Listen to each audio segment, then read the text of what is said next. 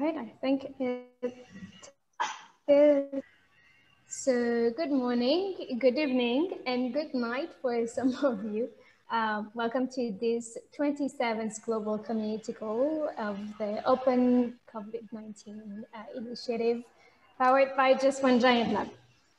Usually we start with announcements at program level, but enter here, it's midnight for her and Khalil has a limited time. So let's start by your project updates. And I will update the whole community with a program announcement later. So Khalil, do you want to start? Sure. Okay. Can you see my screen with your slide? Yes. Wonderful.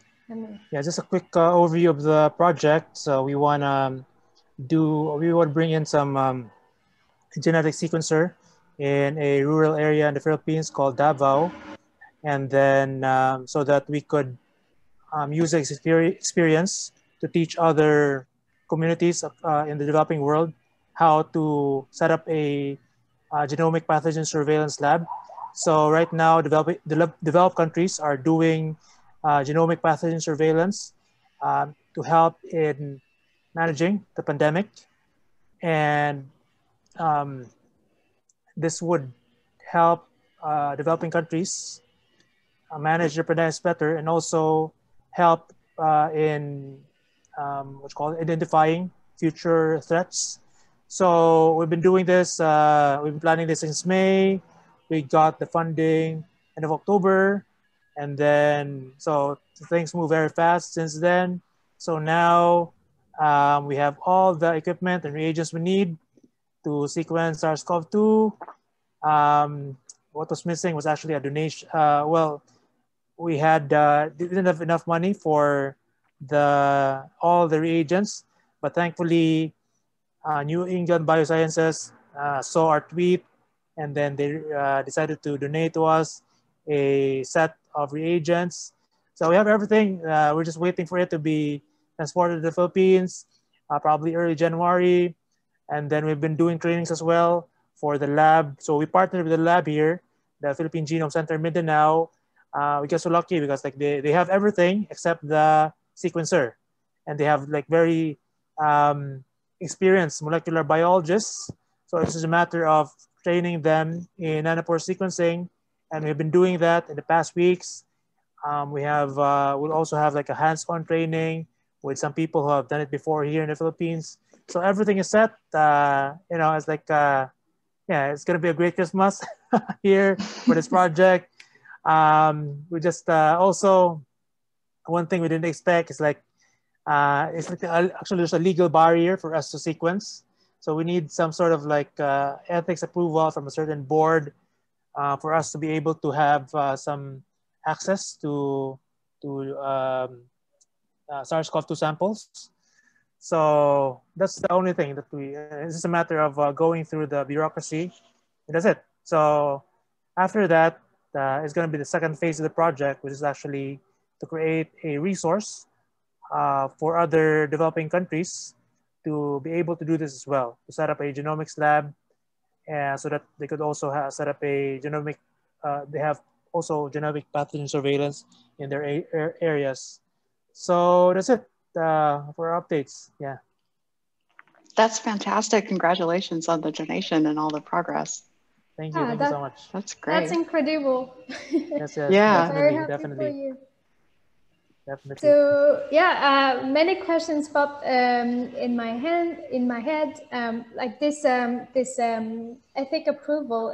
Is it just for the Philippines, or is it something regional, or something like even you have to deal with international regulations? How does it work for you? So it's actually the hospitals that we partner with that has to do it, and then. But there's another project which is doing sequencing all over the Philippines. We just found out because of this project as well. So they have a huge budget. We might just piggyback on them. So they'll get the approval for the entire Philippines, and then we'll be part of that. So that might take January or February. This is like a bureaucratic process. So, but another option is actually to just sequence non-human SARS-CoV-2, like maybe some bats here. So that would be easier. It's like you could do that. So I'm going to talk up to their scientific advisors regarding that, because our purpose really is to see how you could do this and what needs to be done to be able to do this, to bring sequencing to your locality in this situation where it's like it's a developing world. So with that, we already do that. So it's just and now the scientific part, if we're not able to do it for human SARS-CoV-2, maybe animal would do. Just it would be very similar.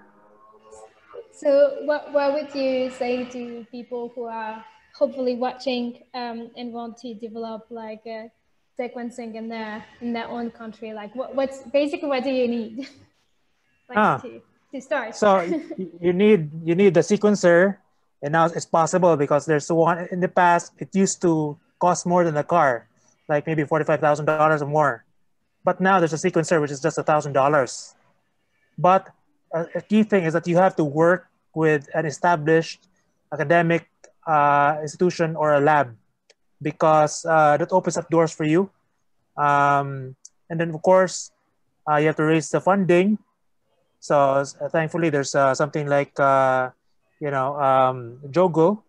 because this is a very non-traditional way to raise money. We couldn't have it's a different game to raise money from like funding agencies. Training is very important. So look for a lab which already has experienced molecular biologists. So I think that's pretty much it. And then the logistics. So it's just a matter of getting the right contacts there, of getting the reagents.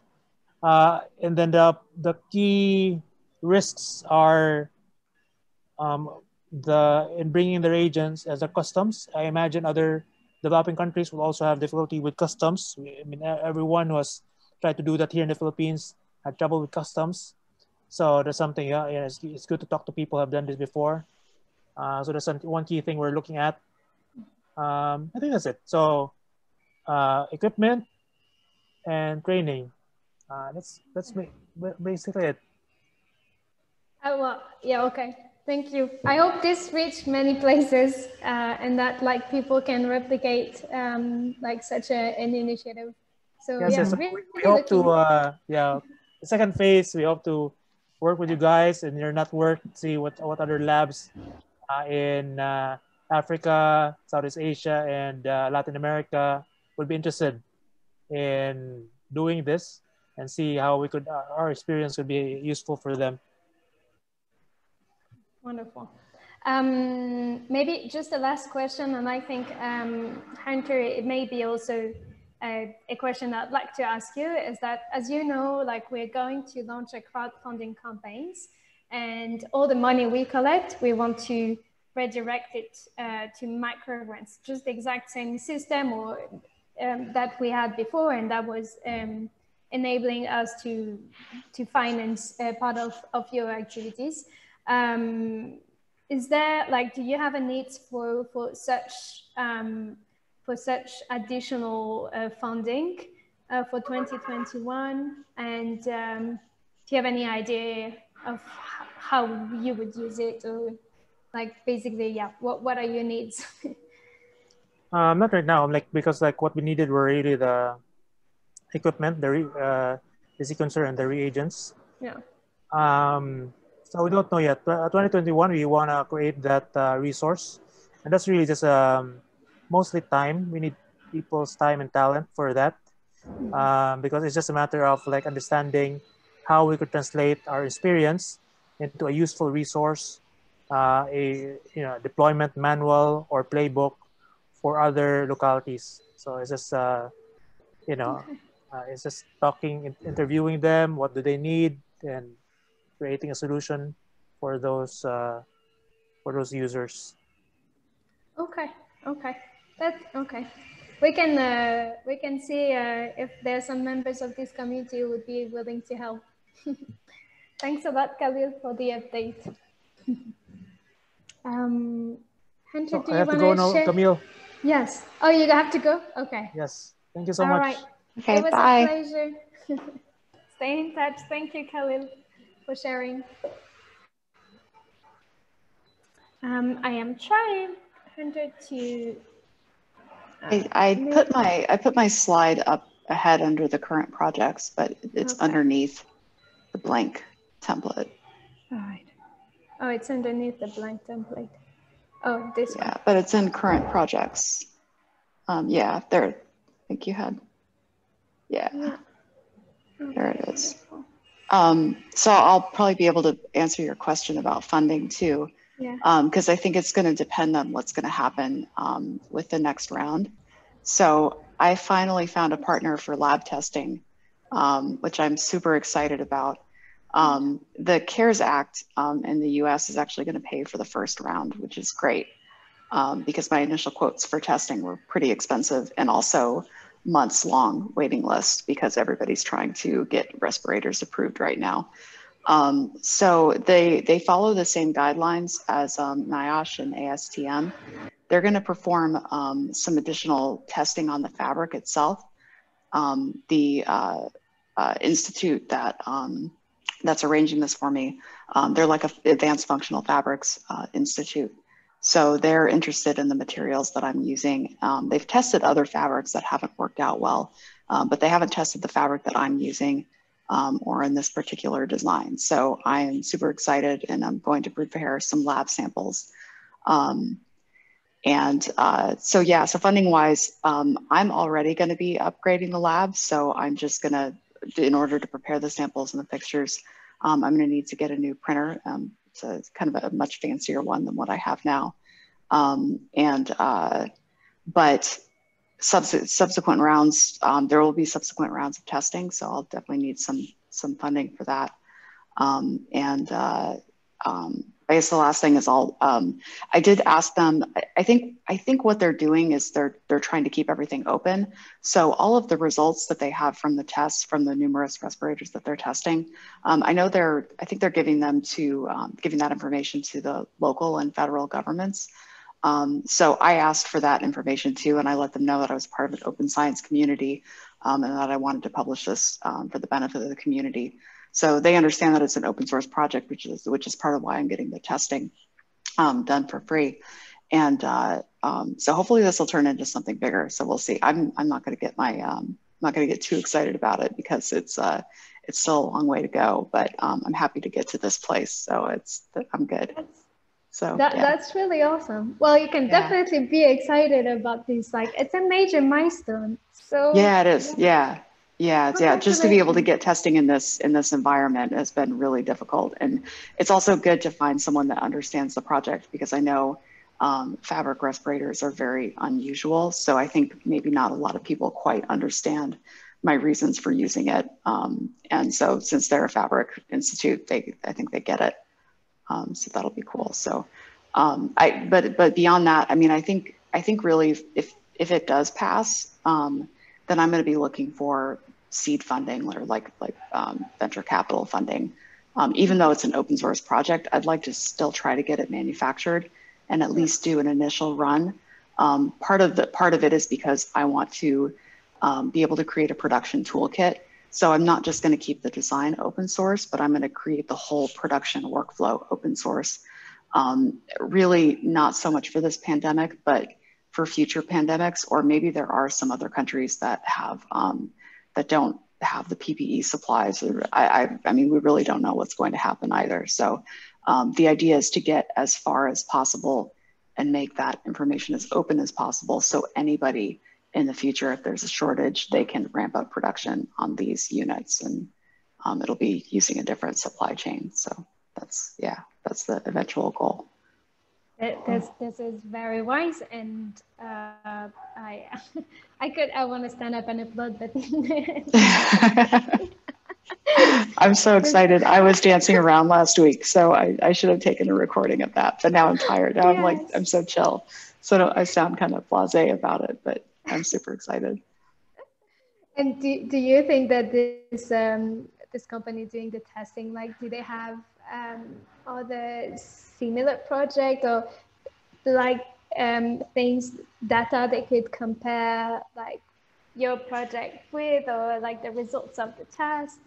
Yeah, so I think they started out, the institute, they generally make computational fabrics, so they're doing like super futuristic research like nanotechnology with fabric. But then when the pandemic started, they began testing like the KN95 masks and other masks that maybe didn't have FDA approval or people were unsure about. So they were testing, they were just doing like pulling samples from large batches of masks, I think for hospitals, just to make sure that they were safe. And so, but they've been testing new designs, and I don't know exactly what they've been testing with fabric. They just mentioned that there were some, so they're definitely interested in a fabric design specifically. So, and I think too, really like in like the future of fabric, there's, I know they've developed something that can kill E. coli bacteria. So I like way in the future, like imagine something that could kill the virus. Like that would be amazing, right? Yeah. So that's kind of like why I'm pushing for this idea of a fabric respirator, is to have, I don't know, just to have some kind of basis of a design, and then let that design evolve over time as fabrics become more functional and have more features. That's great. It's it's very inspiring. Like your project has been like highly inspiring since the beginning. Thank you. Thank you. Yeah, and I'm wondering, like how this community can like support you further, because definitely this is something that would have a very positive impact for future pandemics, and yeah, like I'm trying to think like how we can support you best, or what do you would like is, yeah. What I'm trying to figure out right now is I have so much research living on my computer, of just I mean, when I started this, I had no idea what I was doing. So I have a lot of both research in the past and then current research just about the size of particles that you need to target, what materials to use, how to design masks, and then now getting into the testing, there's a lot of specific machines that you have to use in testing protocols. I want to expose that as much as possible, because I know there were a lot of designers and amateur designers, or at least amateur in terms of medical devices, that were trying to design N95 respirators. And I think a lot of those projects got lost because the regulations are insane. I would like to expose as much of that as possible. So like, that's part of why I wanted to get as far as I could in the project, is to make it, not only to get like an open source design approved, but to make it easier for, future,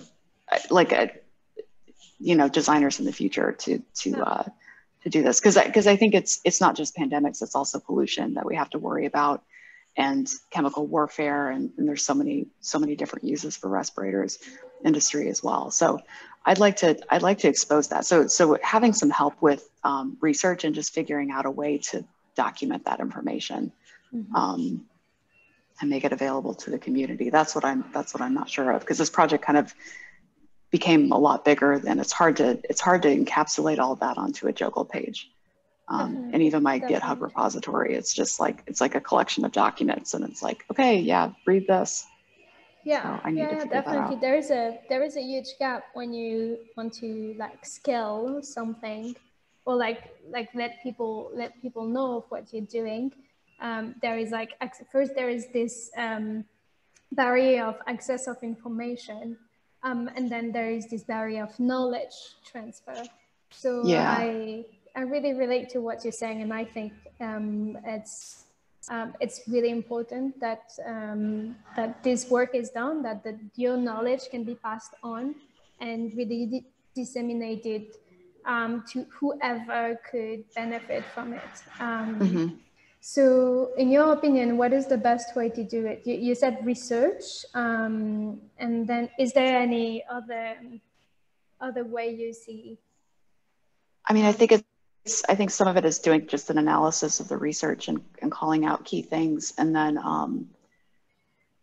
I mean, for the rest of it, it depends on how far the project goes. But I don't know whether it's something that lives on a separate site, or, I mean, I'd like to keep it within the JOGL community. But as far as the format, I'm not sure, because it kind of, that's the thing that I think with some of these projects is they're going to each require their own format because they're all so different. Of course, and yeah, JOGL doesn't have the ambition to just, I would say, host in a closed environment, but rather be here where it can support a project and the project can evolve in itself. And I think it's highly beneficial if a project, when evolving, of course, is using different platforms and reach out to different stakeholders and has, yeah, it just builds resilience. If JOGL collapse, no, JOGL won't collapse, but yeah, so definitely open to, I think there has been some conversation ongoing on documenting and having repositories. I think we have to probably go further. I'm wondering with the crowdfunding campaign, I know you may give a class. I'm thinking, would it be relevant maybe to record and have something as a MOOC or just a webinar where you would go through, you would take people through the documentation you have, and then we can share it and then recruit researchers to be doing the analysis or something like this. That could be cool. Yeah, that's an interesting idea. Yeah. All right, let's chat about it further. I'm sure like Thomas would be glad to join this conversation, and many other members. So we can take this on Slack and see how we can how we can move forward with it. Okay. Awesome. Thank you so much, Hunter. Thank you. Good to see you. Enjoy the rest of your day. Yeah. Thank you for. I don't want to miss these meetings because I want to know what goes on. Yeah, I get FOMO if I miss a JOGL call. So.